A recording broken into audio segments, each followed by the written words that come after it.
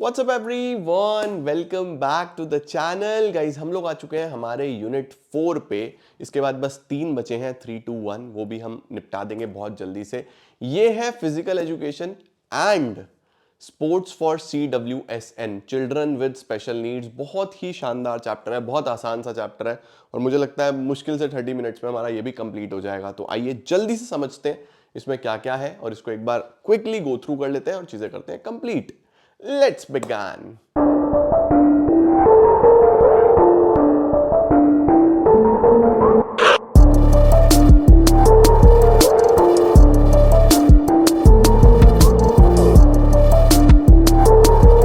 चलिए जी शुरू करते हैं बच्चों। देखो सबसे पहले चैप्टर का नाम ही क्या है, चिल्ड्रन विद स्पेशल नीड्स, जिनको हम दिव्यांग भी बोलते हैं, जिनको कुछ ना कुछ डिसेबिलिटी हमें देखने को मिलती है, यानी वो फिजिकली कहीं ना कहीं कुछ किसी तरीके से डिसेबल है। हो सकता है लेग्स में कुछ इशू हो सकता है किसी मसल में कोई प्रॉब्लम हो सकता है आर्म्स में कोई प्रॉब्लम हो सकता है शोल्डर में कोई प्रॉब्लम हो सकता है आईज में कोई प्रॉब्लम हो, या बच्चे सुन नहीं सकते कुछ बच्चे।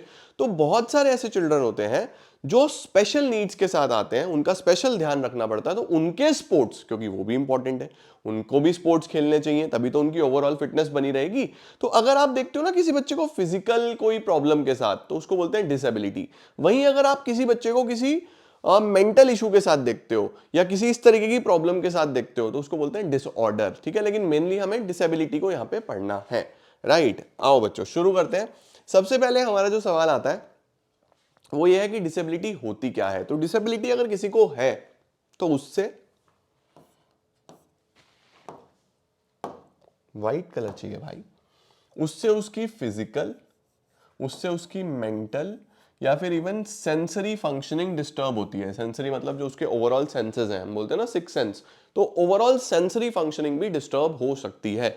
यूजुअली हम लोग फिजिकल डिसेबिलिटीज को डिसेबिलिटी बोल देते हैं और जो मेंटल होती है उसको हम डिसऑर्डर बोलते हैं। मैं आपको बता चुका हूं। These limitation can restrict participation in sports, promoting disability sports ensure inclusion and equal opportunities. इसीलिए हमने डिसेबिलिटी स्पोर्ट्स बनाए, उन बच्चों के लिए भी स्पोर्ट्स बनाए, क्योंकि वो सब भी एक समाज का पार्ट है यार, वो भी हमारे जैसे ही हैं। Right, perfect. अब कौन कौन सी ऑर्गेनाइजेशन है बच्चों जो प्रमोट कर रही हैं, इस कॉज के लिए काम कर रही हैं, तो ये आपको याद रखना है। स्पेशल ओलंपिक्स एक बहुत इंपॉर्टेंट चीज है, इंटरनेशनल पैरालंपिक कमेटी हो गया, national wheelchair basketball association, British Paralympic association, Canadian Paralympic committee. तो ये बहुत इंपॉर्टेंट है, एटलीस्ट 3 तो आपको याद रखने ही है। इसके बाद आता है स्पेशल ओलंपिक्स। लो भाई, अब ये जो है ना बहुत अच्छे तरीके से इनको हम पढ़ने वाले हैं। स्पेशल ओलंपिक्स बच्चों लोगो याद रखना, 1 2 3 4 5। ठीक है, आपको ये 5 बच्चे दिखाई देंगे। ये लोगो कई बार एग्जाम में बना जाता है और बोलता है पहचानो कि कौन से ओलंपिक गेम्स का ये लोगो है, तो ध्यान रखेंगे ये स्पेशल ओलंपिक्स का लोगो है। ठीक है, स्पेशल ओलंपिक्स बच्चा शुरुआत हुई, हेडक्वार्टर्स कहां पे है, वॉशिंगटन डीसी में। ये वर्ल्ड का लार्जेस्ट स्पोर्ट्स ऑर्गेनाइजेशन है for children and adult with intellectual and physical disabilities, ये ध्यान रखना है, इंपॉर्टेंट पॉइंट। ठीक है, कि वर्ल्ड का लार्जेस्ट स्पोर्ट्स ऑर्गेनाइजेशन है ये। नाम क्या है, स्पेशल ओलंपिक्स। ठीक हो गया, covering 5 million athletes and partners with 172 countries. इसका हेडक्वार्टर याद रखना Washington. Started by Eunice Kennedy Shriver, नाम याद रखना है। मतलब ये 3 4 पॉइंट्स स्टार्टिंग के तो अच्छे से याद रखना है। लोगो आपको बता ही दिया, लोगो किसके ऊपर बेस्ड है, याद रखेंगे, joy and happiness to all the children of the world. Mission क्या है कि year long sports training provide कराई जा सके और कंपटीशन कराए जा सके।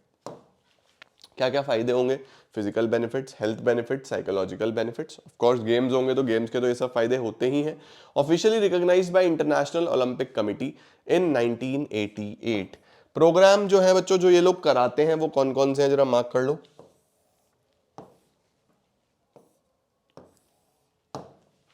Young athlete program, unified sports program, healthy athletes program. First time in 1968 Chicago, इसीलिए यहाँ पे 1968 मेंशन किया था मैंने। ठीक हो गया, अभी रिसेंटली जर्मनी में हुआ था 23 में। इसके बाद आता है पैरालंपिक्स। पैरालंपिक्स 2 शब्दों से मिलकर बना है, पैरा और ओलंपिक्स, यानी ये बिल्कुल ओलंपिक्स के पैरेलल चलता है। ओलंपिक्स के पैरेलल चलने का मतलब होगा कि जैसे मेन ओलंपिक्स होते हैं वैसे ही चिल्ड्रन विद स्पेशल नीड्स के लिए पैरालंपिक्स हो जाते हैं। तो ओलंपिक्स के बिल्कुल पैरेलल जो कंपटीशन चले, कॉन्टेस्ट चले, टूर्नामेंट चले, उसको पैरालंपिक्स बोल देते हैं। लोगो याद रखोगे, ऐसा होता है।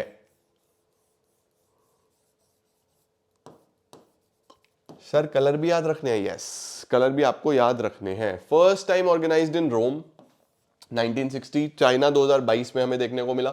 Organised by International Paralympic Committee IPC, इसका ध्यान रखना है, ठीक है। हेडक्वार्टर इसके जर्मनी में देखने को मिलेंगे। पैरा और ओलंपिक से मिला है, पैरा का मतलब अलोंग साइड, ओलंपिक का मतलब इंटरनेशनल गेम्स जो हमें देखने को मिलते हैं। तो पैरालंपिक बेसिकली क्या है, जितने भी international games children with special needs के हो रहे हैं जस्ट पैरेलल टू ओलंपिक्स, उसको बोल देंगे हम पैरालंपिक्स, ठीक है। इसके अंदर क्या क्या कवर होता है बच्चों? Impaired muscle power, muscle strength जो है वो इम्पेयर्ड है। उसके बाद पैसिव रेंज ऑफ मूवमेंट, जो रेंज ऑफ मोशन है वो अधूरा है, इनकम्प्लीट है। लिम्ब डेफिशिएंसी, लिम्ब्स में, लेग्स में कोई प्रॉब्लम है, या फिर लेंथ का प्रॉब्लम है, लेग की जो लेंथ है वो कम ज्यादा है, इसके अंदर ये सब कवर हो जाता है। क्या विजन है, क्यों कराए जाते हैं? स्पोर्टिंग एक्सीलेंस आ सके और इंस्पायर करा जा सके वर्ल्ड को। इसका एंथम जो याद रखना है बच्चों, जिसको हम बोल देते हैं हिम डी लेवेनर और एंथम ऑफ द फ्यूचर, ठीक हो गया, परफेक्ट हो गया। तो हम लोग बेसिकली स्पेशल ओलंपिक्स पढ़ चुके हैं, हम लोग पैरालंपिक्स पढ़ चुके हैं। इसके बाद पैरालंपिक्स के बाद आएगा डेफलंपिक्स। डेफलंपिक्स से पहले पैरालंपिक्स की कुछ कैटेगरीज हैं जो यहाँ पे कवर होती हैं। Paralympics are divided into different categories based on the type and extent of athletes disabilities. कितनी कैटेगरीज हैं? 4। कौन कौन सी? फिजिकल इंपेयरमेंट्स, जो फिजिकली कहीं ना कहीं कुछ इंपेयरमेंट है। विजुअल इंपेयरमेंट, दिखने में कोई प्रॉब्लम है, आईज की कोई प्रॉब्लम है। इंटेलेक्चुअल इंपेयरमेंट, जो मैंने आपको बताया डिसऑर्डर है, कोई इंटेलेक्ट में कोई प्रॉब्लम है।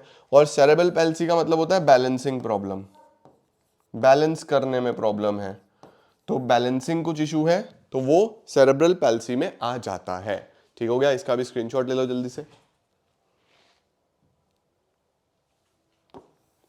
डेफ ओलंपिक्स, जिसको हम डेफ ओलंपिक्स बोल देते हैं, उन लोगों के लिए, उन बच्चों के लिए जो मेनली सुन नहीं सकते, ठीक है। अब यूजुअली रेसेस में, यूजुअली स्पोर्ट्स में हम लोग मुंह से बोलते हैं गो या स्टार्ट या लेट्स बिगिन, या फिर हम लोग वो गन शॉट बजाते हैं, बट ये लोग सुन नहीं सकते, तो इनको हम टॉर्चेस से या फ्लैग से, इंडिकेशन से इनके स्पोर्ट्स कराए जाते हैं।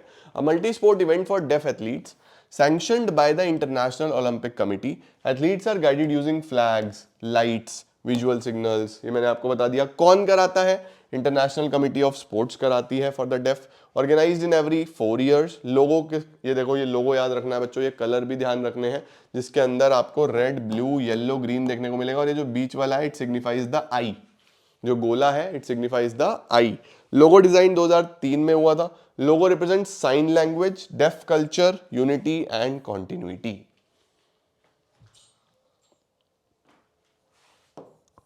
सेंटर पे सवाल पूछ लेता है कि इसके जो डेफ ओलंपिक्स का जो सेंटर है वो क्या शो करता है? वो शो करता है बच्चों आइरिस ऑफ द आई, ठीक हो गया जी, परफेक्ट हो गया बेटा। इसके बाद कॉन्सेप्ट आ रहा है, ये आ गया दूसरा टॉपिक। पहला टॉपिक क्लियर हो गया, कौन कौन सी ऑर्गेनाइजेशंस हैं और कौन कौन से कॉन्टेस्ट्स हैं, आपने देख लिया। अब दूसरा आता है बच्चों क्लासिफिकेशन एंड डिविजनिंग इन स्पोर्ट्स। बच्चों क्लासिफिकेशन का सिंपल सा मतलब है कैटेगरी बनाना। कैटेगरी बनाने का मतलब कि कौन कौन से स्पोर्ट्स होने वाले हैं उनकी कैटेगरीज बना लेना। और डिविजनिंग का मतलब होता है ग्रुपिंग करना। ग्रुपिंग करना यानी कि एज के आधार पे, कि सबसे पहले आपने सपोज स्पोर्ट्स डिसाइड कर लिए, कैटेगरीज बना ली कि कौन कौन से स्पोर्ट्स होने वाले हैं। उसके बाद फिर आपने बनाया अंडर 14, अंडर 19, अंडर 17, अंडर 21, वो आपने ग्रुपिंग करी, तो उसको बोलते हैं डिविजनिंग, ठीक है। तो देखो बोल रहा है classification and डिविजनिंग ensure fair competition, क्योंकि देखो यार एक बच्चा 14 साल का है, एक बच्चा 22 साल का है, तो 14 और 22 का अगर तुम कॉन्टेस्ट कराओगे तो वो फेयर नहीं होगा। तो फेयर होना चाहिए ना, इसीलिए प्रॉपर कैटेगरीज बनाई जाती है, प्रॉपर ग्रुपिंग करी जाती है ऑन द मल्टीपल क्राइटेरियाज, फिर कॉन्टेस्ट कराए जाते हैं, है ना। Athletes are grouped based on specific criterias. This system is similar to grouping by age. देखो एज के आधार पे, ये डिविजनिंग की बात हो रही है, ठीक है। डिविजनिंग में क्या होता है, एज के आधार पे, जेंडर के आधार पे, वेट के आधार पे, जैसे नॉर्मल स्पोर्ट्स में करा जाता है वैसे ही यहां पे भी करा जाता है। Paralympic classification groups athletes by the type of disability. लो जी, सबसे पहले जो हम लोग इसके अंदर एथलीट्स को डिवाइड करेंगे वो किस बेसिस पे करेंगे? On the basis of disabilities. Special Olympic डिविजनिंग groups athletes based on performance and skill level. Performance और स्किल लेवल पे भी करके चलते हैं। इसके बाद आ रहा है देखो क्लासिफिकेशन क्या है, व्हाट इज एक्चुअली क्लासिफिकेशन। तो देखो बोल रहा है the IPC classification system, IPC की बहुत सारी बात हो चुकी है, इंटरनेशनल पैरालंपिक कमिटी, है ना। The international Paralympic committee classification system ensure, सबसे पहले क्या मेक श्योर करते हैं कि फेयर और इक्विटेबल कंपटीशन हो। मैंने आपको भी बताया एक बच्चा 14 साल का, एक 22 साल का, उनमें क्या कंपटीशन यार, फेयर होना चाहिए, है ना। It helps promote sporting excellence for all the athletes. Classification make sure that an athletes impairment affect sports performance. It provides all athletes a fair chance to compete। हर स्पोर्ट्समैन को fair chance मिल रहा है, उसके साथ कुछ भी unfair नहीं हो रहा, ठीक है बेटा। दो मेन पर्पस होते हैं, पहले ये पता लग सके कि क्या एलिजिबिलिटी उसकी है या नहीं है, और फिर उसकी ग्रुपिंग करना कंपटीशन के लिए, ठीक हो गया। अब क्लासिफिकेशन कैसे करते हैं, सबसे पहले मेडिकल असेसमेंट होता है।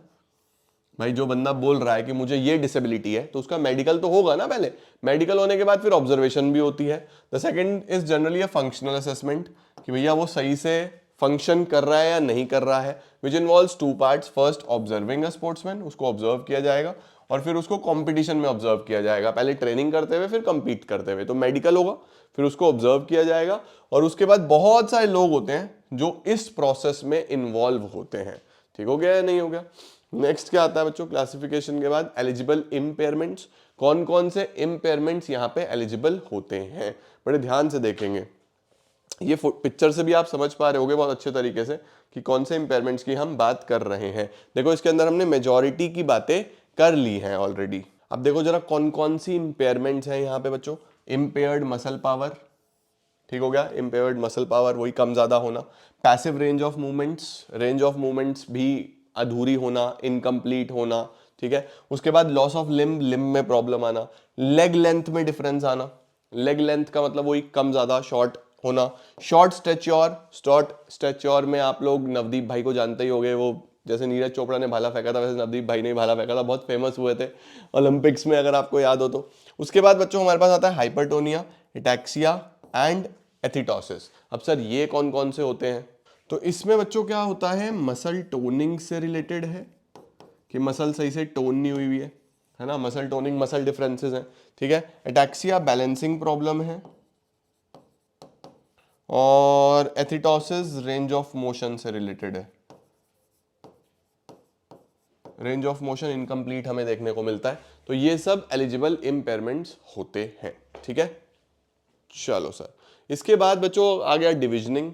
अभी आपने क्लासिफिकेशन देख लिया, अब डिविजनिंग देख लो। डिविजनिंग क्या है, special Olympics uses divisioning to ensure fair competition. दोनों, चाहे क्लासिफिकेशन हो चाहे डिविजनिंग हो, फेयर एंड फ्री कंपटीशन के लिए करे जाते हैं। एथलीट्स आर ग्रुप्ड, अब देखो ग्रुपिंग कैसे होगी, जेंडर के आधार पे, एज के आधार पे, कॉम्पिटिटिव एबिलिटी के आधार पे मैच करा जाता है एथलीट को सिमिलर एबिलिटी वाले एथलीट के साथ, ठीक है।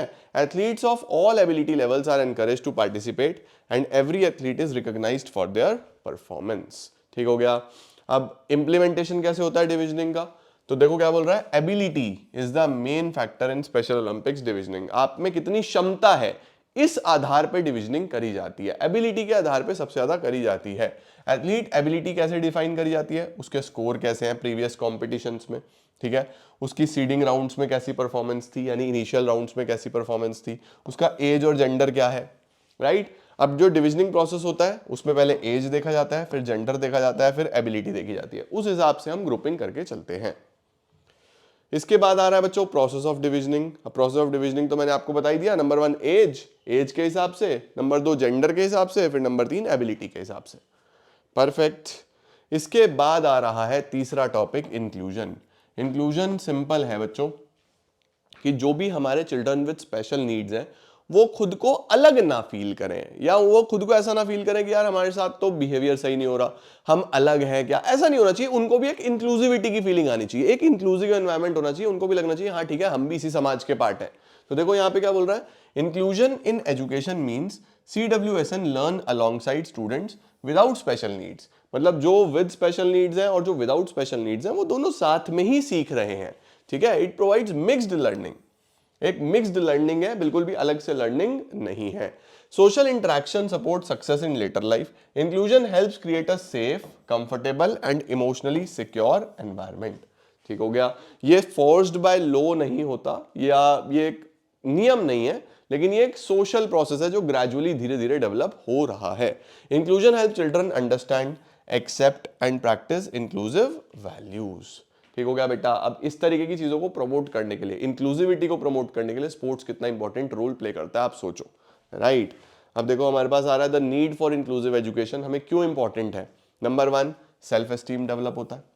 सेल्फ एस्टीम मतलब खुद की इज्जत करना सीखना, अपनी वैल्यू करना, सेल्फ एस्टीम, ठीक है। सोशल स्किल्स डेवलप होती हैं। सोशल स्किल्स का मतलब कि आप सोसाइटी में कैसे रहते हैं, कैसे चलते हैं, कैसे समाज को साथ लेके चलना पड़ता है ना। कम्युनिकेशन स्किल्स डेवलप होना, आप कैसे किससे क्या बातचीत करते हो, टीम वर्क कैसे होता है, टीम स्पिरिट कैसे काम करता है, सेंसिटिविटी काम करता है। सेंसिटिविटी का क्या मतलब होता है कि आप किस सिचुएशन में कैसे रिएक्ट करते हो, how sensitive you are to situations, ये एनहांस किया जाता है। बेटर अंडरस्टैंडिंग डेवलप होती है, राइट, दूसरों को अप्रिशिएट करना आता है, और एक सेंस ऑफ बिलोंगिंगनेस भी डेवलप होता है। सेंस ऑफ बिलोंगिंगनेस का क्या मतलब होता है, सेंस ऑफ बिलोंगिंगनेस का मतलब होता है अपनापन डेवलप होना, ये बहुत इंपॉर्टेंट होता है बच्चे। इसके बाद आता है बच्चों implementation of inclusive education in India.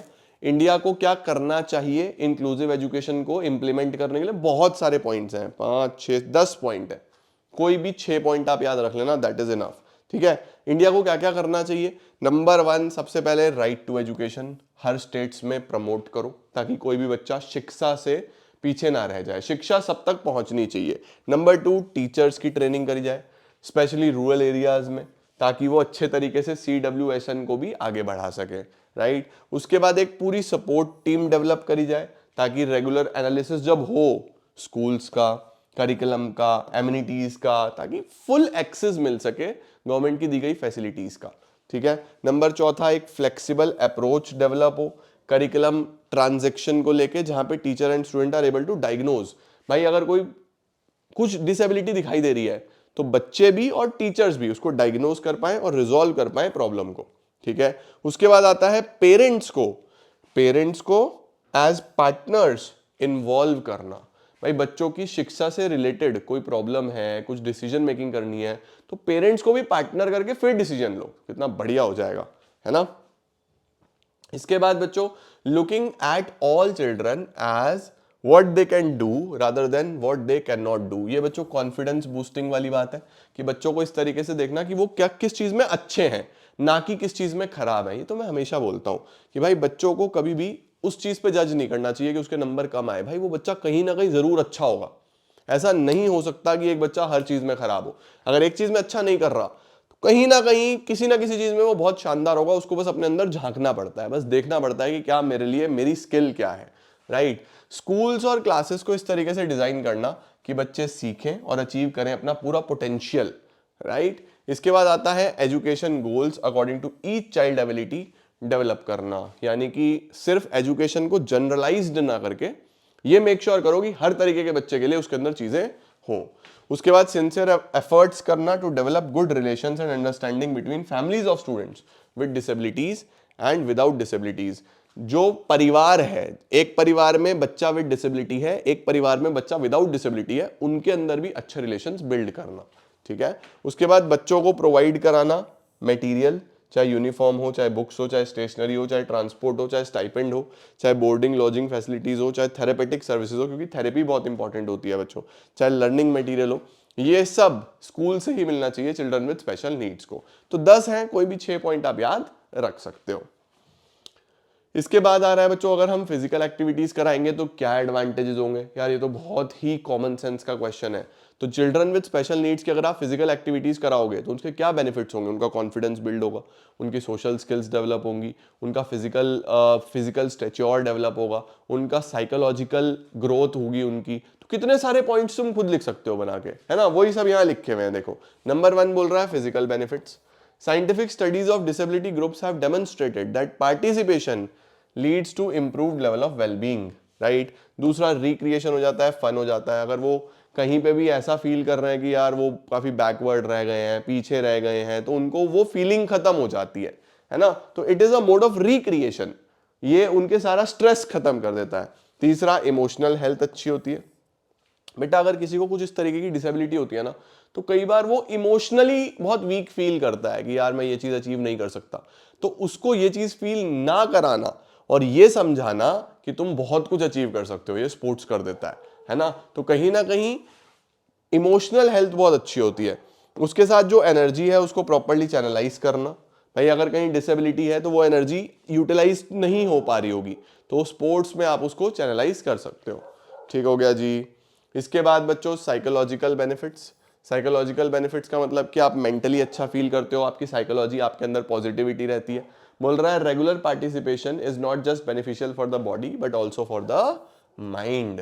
ठीक है, उनका self esteem, social awareness, self confidence, ये सब बढ़ता है। हेल्दी लाइफस्टाइल, स्पोर्ट्स में रहते हैं तो अच्छा खाने को भी मिलता है, अच्छा लाइफस्टाइल भी अडाप्ट करते हैं, जल्दी उठते हैं, जल्दी सोते हैं, तो एक ओवरऑल अच्छी लाइफ बनती है। उसके बाद इंडिपेंडेंट हो जाते हैं वो, उनको ऐसा नहीं होता कि हम भाई डिपेंडेंट ही रहेंगे। स्पोर्ट्स खेलते हैं तो रियलाइज होता है कि उनका एक्चुअल पोटेंशियल क्या है, एक्चुअल पावर क्या है, तो इंडिपेंडेंस भी प्रमोट करता है। ठीक हो गया बच्चों। इसके बाद आ रहा है क्या स्ट्रैटेजीज हमें बनानी चाहिए ताकि फिजिकल एक्टिविटीज एक्सेसिबल हो CWSN के लिए, यानी हम क्या ऐसा करें कि चिल्ड्रन विद स्पेशल नीड्स के लिए ये सब, क्योंकि देखो ये जो बच्चे होते हैं ना ये बहुत कम पार्टिसिपेटिव होते हैं, ये पार्टिसिपेट ही नहीं करते, ये स्पोर्ट्स में पार्ट ही नहीं लेंगे, तो हम ऐसा क्या करें कि इनका पार्टिसिपेशन बढ़े, हम क्या स्ट्रैटेजीज बनाएं कि इनको हम ये सब बेनिफिट्स दे पाए। Number 1 is clear cut communication. अच्छा कम्युनिकेशन करो, इनको स्पोर्ट्स के बारे में, इनको इनके बेनिफिट्स के बारे में, इनको अवेयर करो, इनके पेरेंट्स को अवेयर करो, सोसाइटी में अवेयरनेस स्प्रेड करनी बहुत जरूरी है, तब पार्टिसिपेशन बढ़ेगा। तो देखो बोल रहा है participation is beneficial for all the children including those with disabilities. In fact, participation with disabilities in sports and recreational activities promotes inclusion. Inclusion होगा, मिनिमाइज डीकंडीशनिंग, डीकंडीशनिंग नहीं होगी, and optimise physical functioning, overall wellbeing तो बढ़ता ही है, right. अब देखो क्या बोल रहा है, क्लियर कम्युनिकेशन अगर आप करोगे, एडवांस में इंफॉर्मेशन दोगे तो ज्यादा लोग पार्टिसिपेट करेंगे। नई नई टीचिंग मेथड्स यूज करो, चाहे वो वर्बल हो, चाहे वो विजुअल हो, चाहे वो पीयर टीचिंग हो, पीयर मतलब 1-on-1 टीचिंग हो। इसके बाद विजुअल और सोशल स्टोरीज शेयर करो, स्टोरीज की मदद से पढ़ाया जाए, पॉजिटिव और स्पेसिफिक फीडबैक दिया जाए कि क्या इंप्रूव करा जा सकता है, इंस्ट्रक्शंस दिए जाएं बच्चे की एबिलिटी के ऊपर। उसके बाद काम टोन यूज करी जाए, बिल्कुल भी ऐसा नहीं करना कि टीचर खुद ही परेशान है, ऐसा नहीं लगना चाहिए, राइट। इसके बाद आता है बच्चों प्रॉपर स्पेस बिल्ड करो, चिल्ड्रन विद स्पेशल नीड्स के अनुसार स्पेस बिल्ड करो। वो स्पेस कोशिश करो कि इंडोर में हो, काफी स्पेशियस हो, बच्चे फिट रहें, खेलना उनको अच्छा लगे ऐसी जगह पे। तो बोल रहा है the activity space should be accessible, limited and free from disturbance. Indoor space preferable होती है, क्लियर बाउंड्रीज हो स्टार्ट फिनिश की, और सिटिंग एरियाज भी प्रॉपर होने चाहिए। ठीक है, तो कम्युनिकेशन हो, अच्छी स्पेस हो, अच्छा इक्विपमेंट भी होना चाहिए। अच्छा इक्विपमेंट का क्या मतलब हुआ कि टूल्स जो जो भी चाहिए वो सब अवेलेबल होने चाहिए। The lack of suitable equipment and trained professional reduces participation in physical activities. बोल रहा है अगर ट्रेन्ड प्रोफेशनल्स नहीं होंगे, कोचेज नहीं होंगे, इक्विपमेंट्स नहीं होंगे तो लोग पार्टिसिपेट नहीं करते। And youth with disabilities, however interest among people with disabilities increasing, अभी बढ़ता जा रहा है। A wide range of simple to advanced equipments including computerized devices, बोल रहा है जैसे स्पोर्ट्स व्हील चेयर हो गया, इस तरीके की बहुत सारी डिवाइसेस आजकल अवेलेबल हैं, तो पार्टिसिपेशन बढ़ रहा है। इसके बाद बच्चों ग्रेडेड एक्टिविटीज। ग्रेडेड एक्टिविटीज का मतलब कि भाई धीरे धीरे धीरे धीरे एक्टिविटीज को आगे लेके जाओ। सडनली बच्चे को पहले दिन ही इतना टफ चीज मत दिखा दो कि वो कल से आए ही ना। तो अगर वो स्पोर्ट्स के लिए आए तो उसको एक प्रॉपर वे में, चाहे वो एज वाइज, चाहे वो जेंडर वाइज, हमने पढ़ा ना अभी, चाहे वो स्किल वाइज, तीनों तरीके से ग्रेडिंग करके तब उसको खिलाओ। तो क्या बोल रहा है, during the initial stage activities should be simple and focus on one action at a time, और उसके बाद फिर प्रोग्रेशन होना चाहिए। प्रोग्रेशन मतलब धीरे धीरे आगे बढ़ना चाहिए। उसके बाद सोशल स्ट्रैटेजीज। सोशल स्ट्रैटेजीज का मतलब होता है कि आपको उनको सोशली दिखाना है, कि उनको दिखाओ कि देखो वो बच्चा भी खेल रहा है, वो भी खेल रहा है, वो भी खेल रहा है, वो कितने अच्छे से खेल रहे हैं, उनको भी डिसेबिलिटी है लेकिन वो अच्छे हैं, खुश है। तो कई बार समाज में ना वो खरबूजे को देख के खरबूजा रंग बदलता है वाली बात, की एक को देख के दूसरे का भी कुछ करने का मन करता है। तो ये स्ट्रैटेजीज भी आपको लगानी पड़ेंगी। Children are more motivated when activities are enjoyable. CWSN should first be encouraged to observe। देखो बोल रहा है कि ऑब्जर्व करो, देखो अपने पीयर्स को कि कैसे वो आपके साथ वाले भी वो चीज खेल रहे हैं, अच्छे से पार्टिसिपेट कर रहे हैं, तो ये बहुत इंपॉर्टेंट होता है। लास्ट आता है बच्चों साइकोलॉजिकल स्ट्रैटेजीज। साइकोलॉजिकल स्ट्रैटेजीज का मतलब होता है कि उनको साइकोलॉजिकली समझाना, उनको मोटिवेट करना, उनके दिमाग में कोई चीज फिजिकली पुश मत करो, उनको साइकोलॉजिकली समझाओ, मोटिवेट करो, अपनी बातों से क्लियर कट समझाओ, उनको अंदर से आना चाहिए कि यार ये मेरे लिए बहुत अच्छा है। तो ऐसी चीजें भी हमको करनी पड़ेंगी। Children with disabilities often need extra motivation to participate in physical activity due to past exclusion, क्योंकि उनको पहले एक्सक्लूजन मिला होता है तो उनको एक्स्ट्रा मोटिवेशन चाहिए होता है, तभी वो एक्टिवली पार्टिसिपेट करते हैं. It creates a positive cycle where children grow stronger and more physically skilled over time, while inactivity leads to deconditioning and reduced ability. Inactivity होगी तो खराब हो जाएगी हालत, बच्चा सही से ग्रो ही नहीं कर पाएगा. इसीलिए स्पोर्ट्स बहुत इंपॉर्टेंट है. तो इन 6 चीजों का यूज करो. कौन कौन सी? Psychological strategies, graded activities, social strategies, space, equipment and good communication. और इसी के साथ हमारा ये चैप्टर भी समाप्त होता है बच्चों. अब बचे 3 चैप्टर, 3, 2, 1. 3 and 2 भी आज ही कर लेंगे, फिर बचेगा बस 1, उसको कल सुबह ही करके कर देंगे क्लोज. ठीक है, तो आज के लिए इतना ही मेरे दोस्तों. Thank you so very much for joining in. I am gonna see you all very very soon. Till then see ya, take care, bye bye, keep growing, keep glowing and keep smiling.